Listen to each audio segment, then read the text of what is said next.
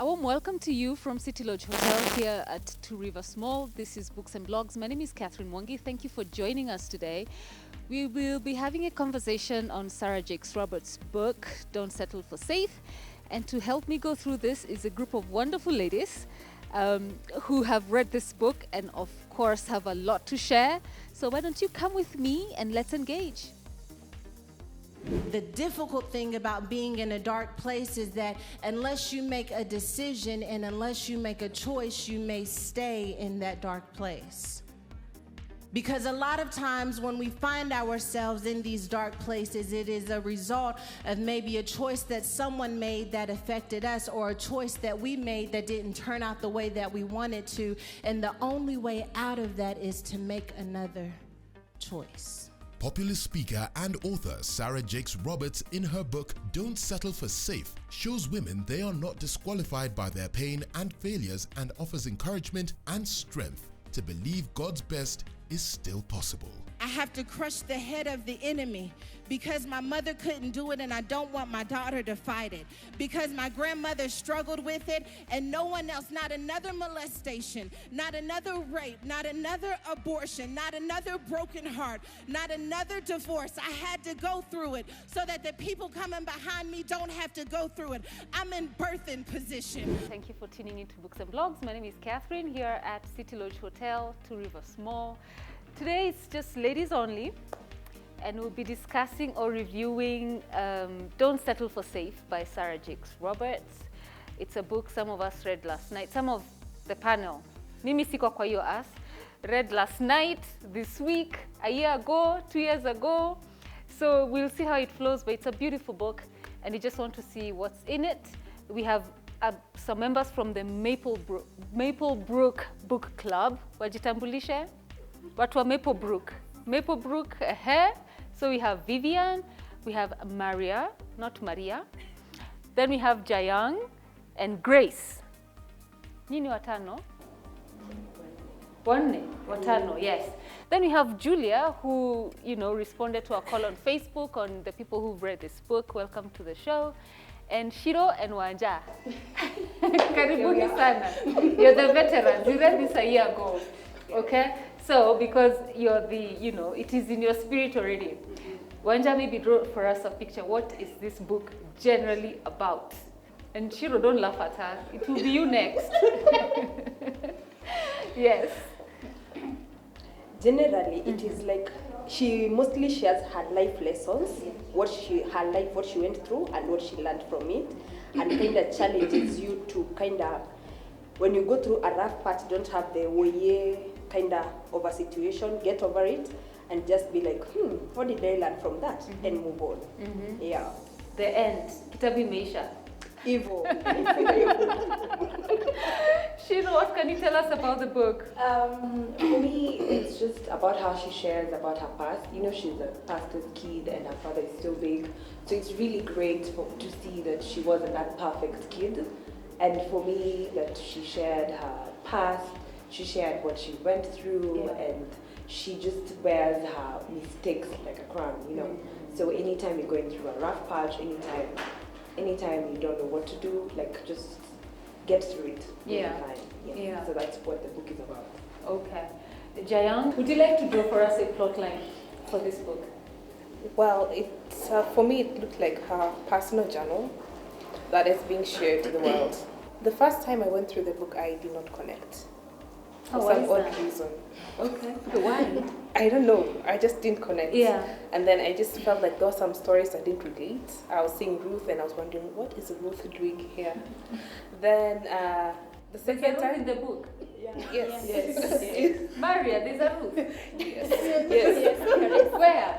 There is. She brought in the story of Ruth and Boaz. Oh, Ruth somewhere. Okay. Yes. So, And then I'm thinking, okay. Right. So what's the correlation? Yeah. But the second time I went through it, then somehow I could pick it. But she has a lot of very nice nuggets that you can pick and run with it, whether or not you relate to the fact that she was a teen mother. And I think at the time I was reading the book, I did not know her personal profile. I did not. You didn't know her? Preconceive that she's a pastor's daughter and whatnot. So I was looking at it purely from her in the book. I only read her profile later. Okay, is this her first book you're reading? Yes. Oh, so you didn't have context. Okay, I see. Yes. Okay, Grace, what about you?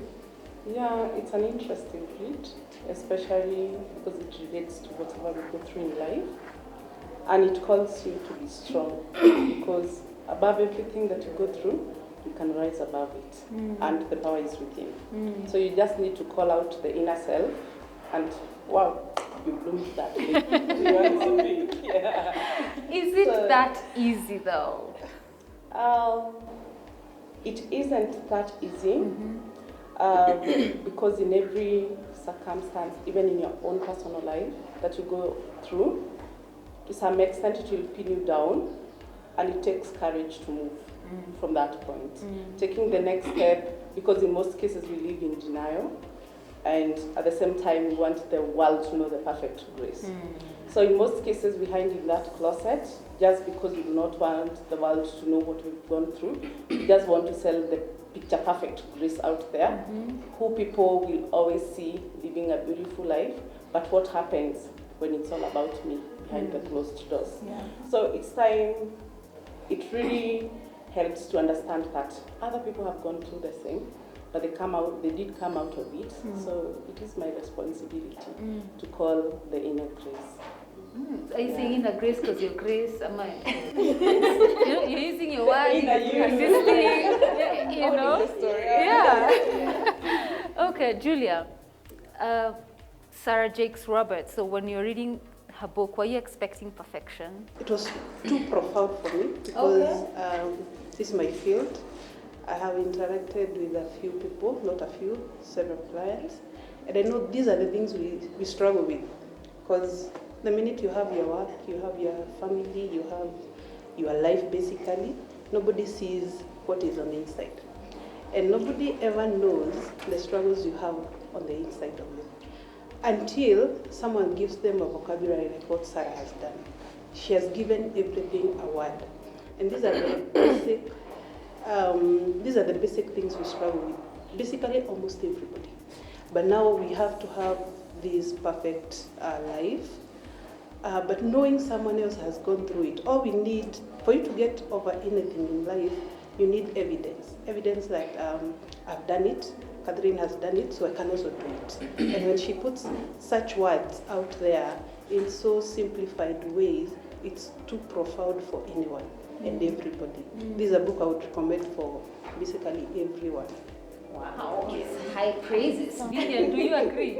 Yeah. Well, you all agreed. You know, Jang, I'll hand this over to you because you know me. I have agreed.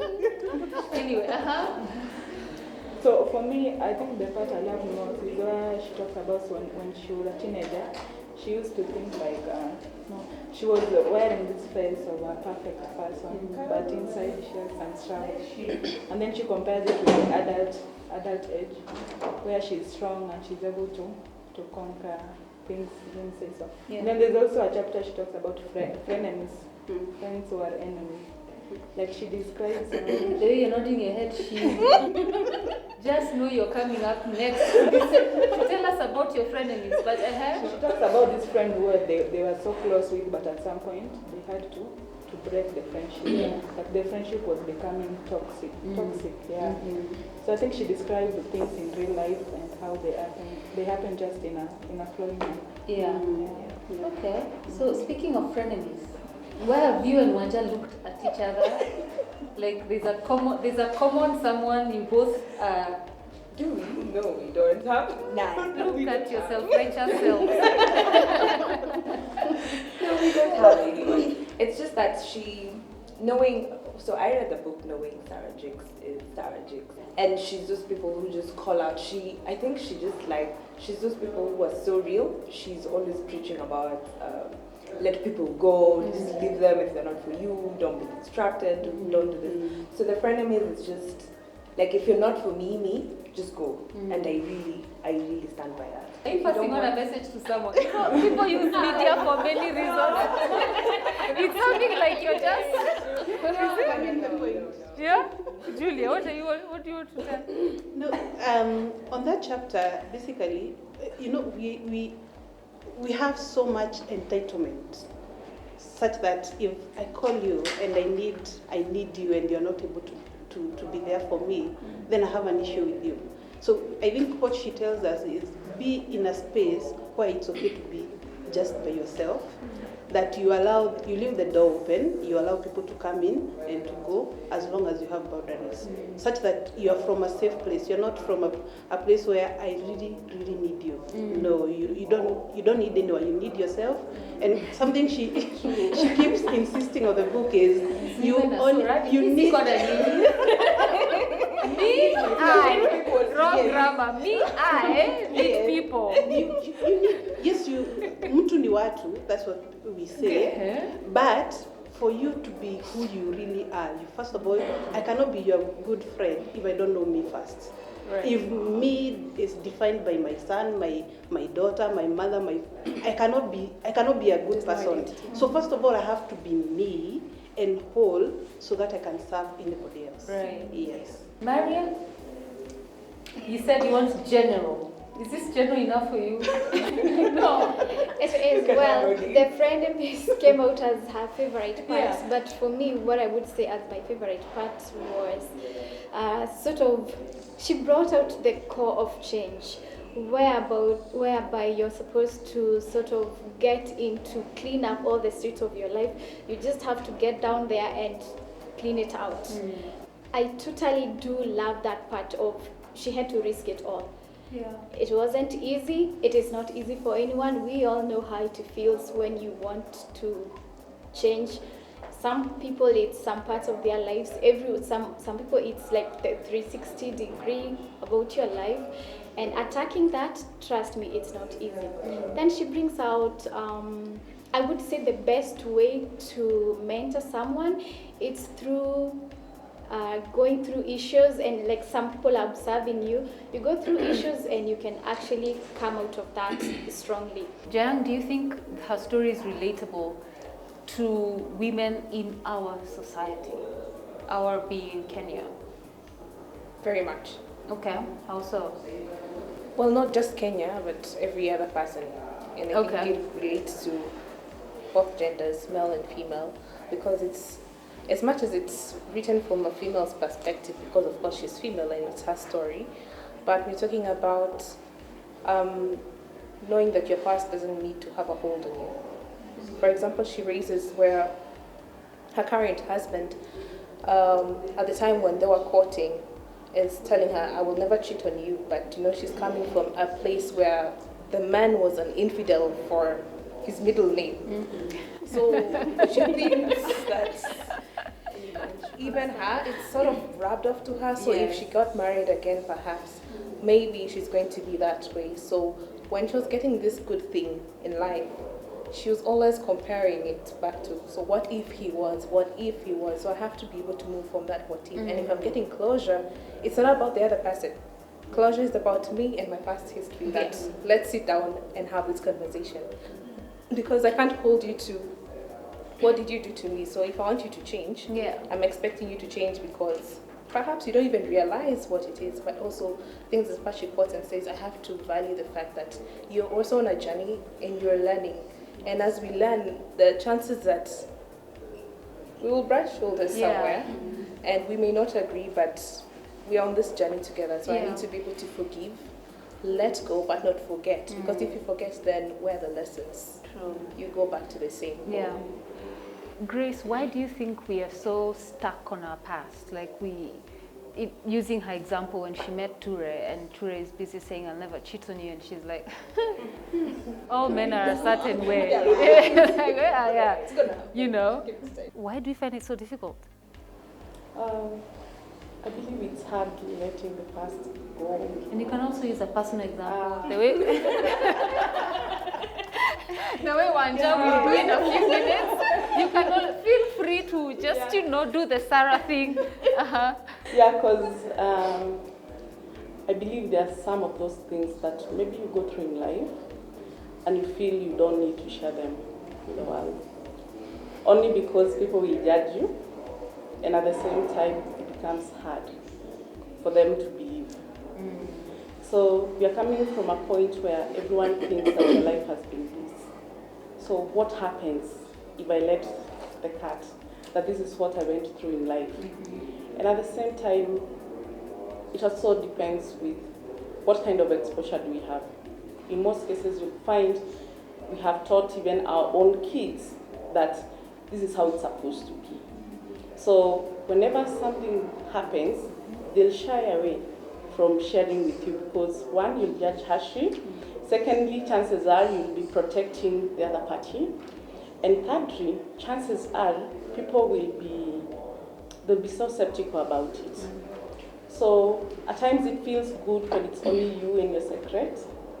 But the bitter part is how long you hold the secret, the more it gets to pin you down.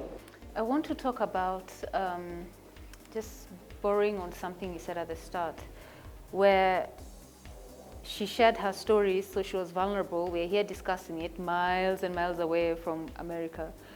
I found that very powerful to do because we, especially Black people, have a difficult time opening up. You know, you find Caucasians and other nationalities, and I'm not being racist, I hope I'm not sounding as one. They will fungua roho easier than we would ordinarily. So you find, and I'll give just a totally different example from, the church girl, someone like Lamar Odom, Khloe Kardashian's ex-husband. So all of us are there watching that show, we're enjoying it, the season 1, season 2. Do you know Lamar Odom? I'm seeing your look. You're looking at me like, you're going to break down who Lamar is. This big NBA player. Oh, do you know Khloe Kardashian? Yeah, you should have started with that. I should have. Familiar name. So high. It's a familiar name. Girl. Also keep up with the Kardashians. Yeah. They start on one side. So you're the ones who keep up. Okay, you keeping, excuse me, uppers.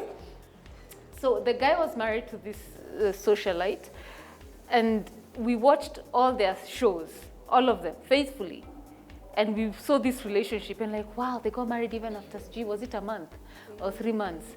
So it was such a quick wedding because they're so much in love, and then we've seen this relationship imeka. But there was never in any episode where any of us imagined that the guy has an addiction problem, addiction to drugs, alcohol, and we didn't know that until, do you know the saga that came after? Okay, let me stop looking at you. You Google Lamar. Yeah, so until that happened, and I'm like, wait a minute. So the guy had this addiction for 5+ years. We saw their lives on TV, reality show, every week. And we didn't know that home had a problem. I'm just using that as an example to say, we Blacks, I find we keep things, we hide a lot. Like even Kanye West, do you know he had mental issues until he had to be rushed to hospital. And then now that's when they come out and, bipolar, whatever else. So why Vivian, this is coming to you, you're like, oh my God, what is she about to ask? What makes us not vulnerable enough to share our stories like she did? I think the way we are raised up as Africans, it's very difficult to share the problem you have maybe with a friend or so, because you think they might, maybe with something maybe like addiction, they can share with others and it will come out like something bad, negative. So I think we fear the negativity that comes around with the problems. But at the same time, Africans are more communal than any other community. Yeah, in any society. Yeah. However, though, how we've been cultured is that there's certain things that must stick within the family. You know that what is spoken or done in this house must stay within this house. This is why you find that even abuse, sexual abuse, gender-based violence, there's a lot within the homes, and the most perpetrators are relatives, people you actually do know, than are strangers somewhere out there. But no one will ever speak about it. No one will ever forward this, because if you speak about it, you are shaming our family. So there's that pride and ego. Then the other thing is generally Africans, there's certain things we don't bring out. So we're supposed to look good and nice. You die inside quietly. The other people are less reserved. So Africans, I think Africans and Asians are almost similar in terms of how we are cultured and how we relate to our family, how we protect certain things. So someone could be the worst criminal in your house, but people still protect them. The other side, the Caucasians, you've done me wrong, get out. We are done. You could be my child. It's like the story in the book where this is a mother and a daughter, but it looks like they're enemies totally. You walk into the house, I don't even see you. I'm cooking, I don't even acknowledge your presence until the father dies, and then you're like, oh, actually my issues with you started way before you were born, so I'll seeing you as a failure of what I was. And I got to that point thinking, that's your mother. You should be proud that I am doing well. Like, what conversation are you guys even having? Because I should be, the song of my daughters, I think I'm my daughter, something like that, where when I see my child, I see myself in them. So I am proud that they're going somewhere, but these people do not have that.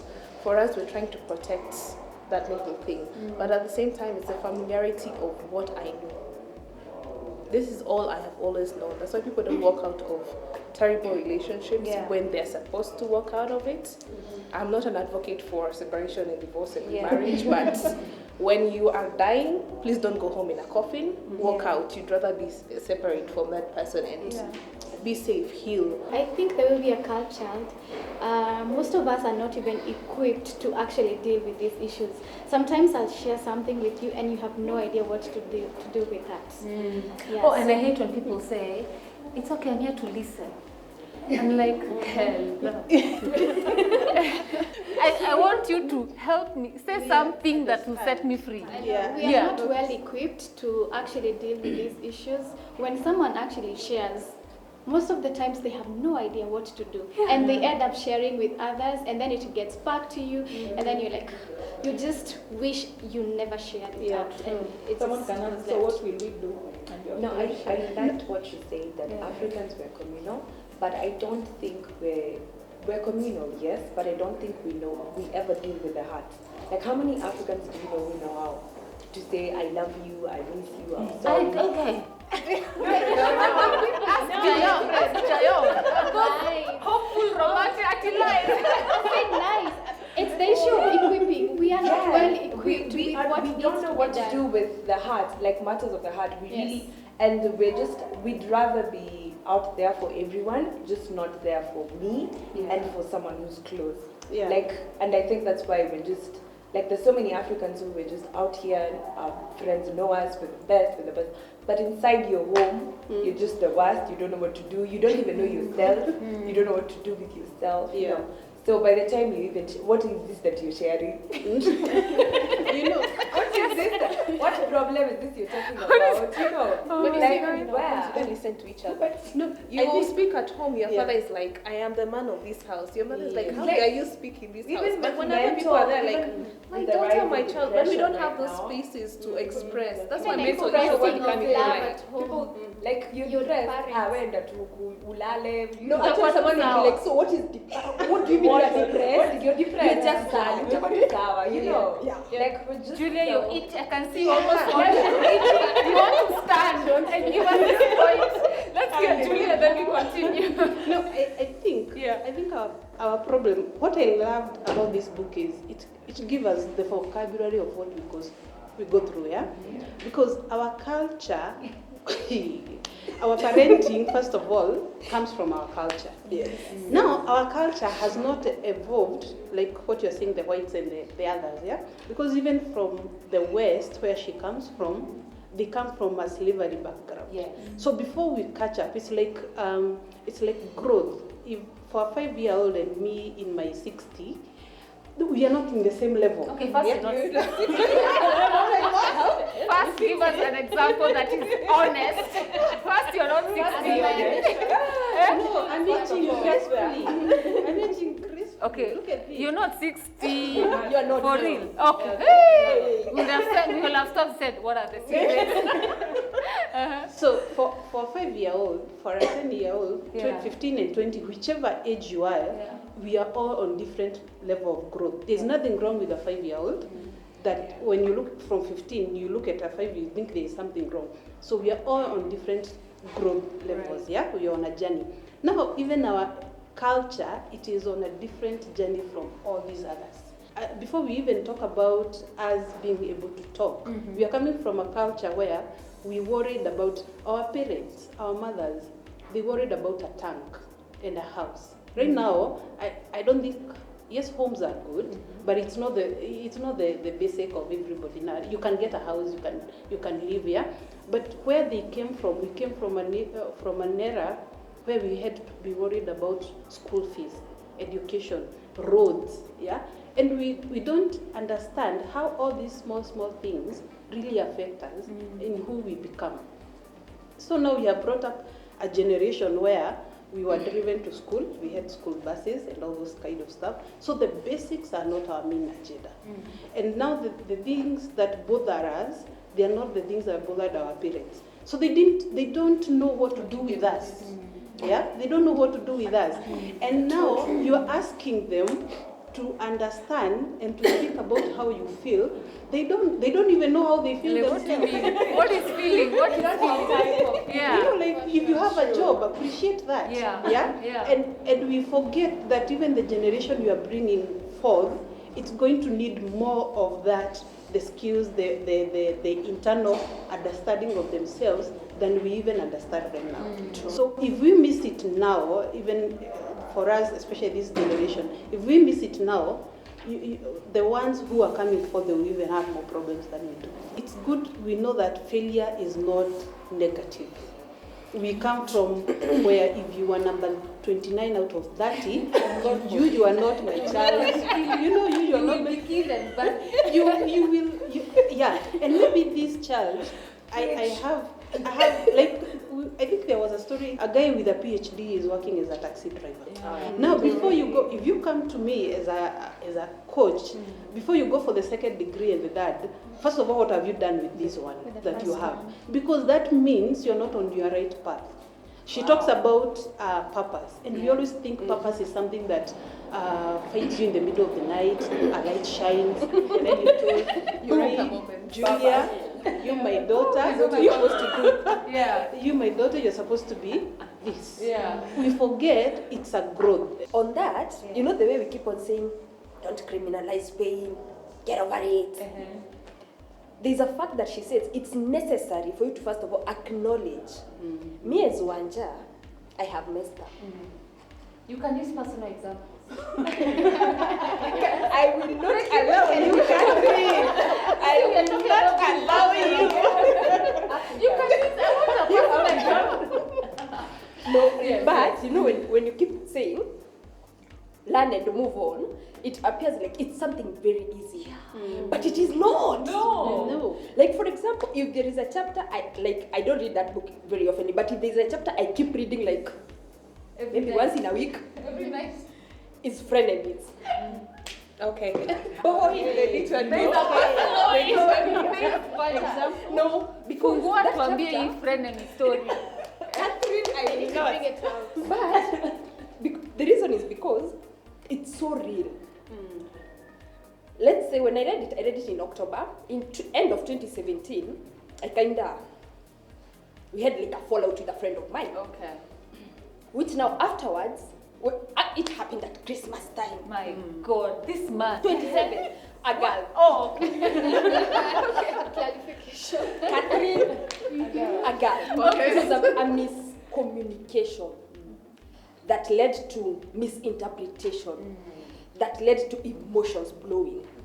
Wow. And I guess that what I learned is it's very important to know how to communicate a message. Because what she communicated was a text, which to me was harsh. Because I'm like, why say that you even don't know what's happening? But to her, maybe, when she was sending it, it was, this is what I want. But to me, it came like, so you think I'm ignoring? You think I don't acknowledge what's going on? Yeah. So what it taught me is, first of all, I had, a year later, I still had issues with the... This is 2017? Yes. And you're talking like this? 2018. 2019. This is 2019. Oh, get some more water. It's coming, it's reaching here. Look, I'm like, have I ever texted water? Next we go to the It helps you know that it gave me the sense that now I had to internalize, like when she was sending, this is where she was coming from. I got it because this is where I was. Yeah. When she sent it, I didn't have that time. No. I was just like, what is this nonsense? Should have understood better. But when I read it, I sat down and I'm like, so wait. Yeah. So this is where she was coming from. But this is where I was. Yeah. So I need to harmonize this for me.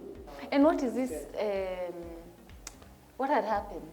Look at you, what is the juice? Like, what is I will not. You know, when I see your passion, I'm like a partner. Please don't tell them naturally I'm like this. This is how she talks.